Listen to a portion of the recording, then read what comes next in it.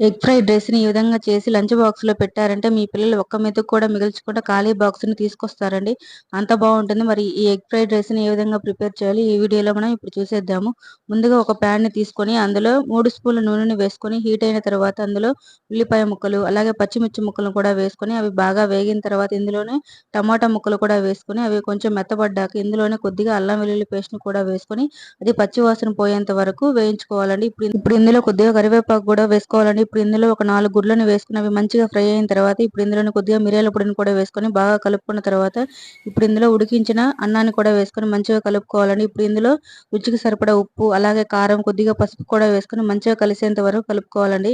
ఇదంతా కలిసిన తర్వాత ఇప్పుడు ఇందులో ఒక అర స్పూన్ గరం మసాలా, ఒక అర స్పూన్ ధనియాల పొడిని కూడా వేసుకొని మొత్తం కలిసేంత వరకు కలుపుకోవాలండి. ఈ గరం మసాలా, ధనియాల పొడి వేయడం వల్ల మనకి ఈ ఎగ్ ఫ్రైడ్ రైస్ అనేది చాలా బావుంటుందండి. ఇంతేనండి, మనకి ఎగ్ ఫ్రైడ్ రైస్ అనేది రెడీ అయిపోయింది. చూడండి పొడి పొడిగా ఎలా రెడీ అయిపోయిందో. దీన్ని మనము పిల్లలకి లంచ్ బాక్స్‌లో కూడా పెట్టి పంపించామంటే పిల్లలు ఒక్క మెతుకు కూడా మిగిల్చకుండా ఖాళీ బాక్స్‌ని తీసుకొస్తారండి. అంత బావుంటుంది. ఈ వీడియో గనుక నచ్చినట్లయితే లైక్ చేసి సబ్స్క్రైబ్ చేసుకోండి. Thank you for watching.